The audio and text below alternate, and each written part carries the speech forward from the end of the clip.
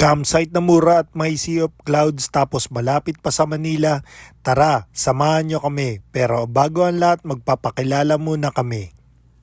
Kasama ang aming buong pamilya, samahan nyo kaming mamasyal. Kami pala si Alvin, si Daisy, si Andy, si Kalel at ang aming alaga na si Bocha. Kami pala ang pamilyang Layas o Pamilayas. Tara, samahan nyo kami. Umalis kami ng Manila 4 PM na. Kasi ito ay November 1 at dumaan pa kami sa mga aming mahal sa sementeryo.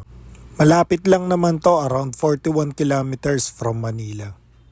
Ang napili naming daan ay ang rutang SM Marikina dahil alam naman namin na walang traffic dito. Naiiwan pala namin ang aming alaga dahil ito ay camping date lang naming mag-asawa. Di kayo mahihirapan pumunta dito, along Marilake Road lang siya at pag nakita mo yung Kabading Junction, kakaliwa lang kayo doon. Dire-diretso lang kayo at madadaanan nyo yung Loyola Cemetery. Di ka maliligaw dito dahil marami silang tarpaulin along the road. Pag nag-book ka rin naman sa kanila, ibibigay nila yung instruction paano pumunta sa campsite.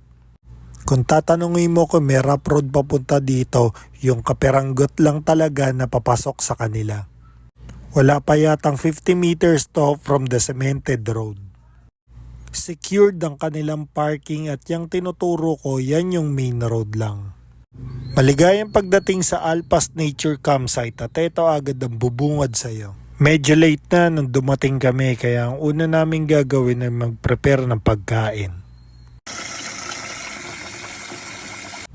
Siya ang nagpresenta magluto kaya syempre tayo naman ang tanggero. Solo lang naman natin eh. Para makakain na at makapagpahinga ng maaga dahil bukas maaga pa tayo. Pagkagising sa umaga, magtimpla ka agad ng mainit na kape at pagmasdan ng magandang tanawin. May kasabihan nga na yung taong kahit araw-araw mo nakikita at nakakasama nakakamiss pa din pala. Ang rate dito ay 1,500 for 2 persons at additional 500 pesos per head. Included na dito ang tent pitching, table and chairs, bonfire, cooking area at iba pa. Sobrang linis ng CR dito at malakas ang tubig. Ito nga pala yung binigay sa amin, yung Veronica, pero maganda rin talaga yung sa Philomena kung makukuha nyo siya. Sobrang ganda ng view dito, pang IG, pang Twitter, pang Facebook. May sticker board din sila. Kung may dala kayong sticker, pwede nyo idikit.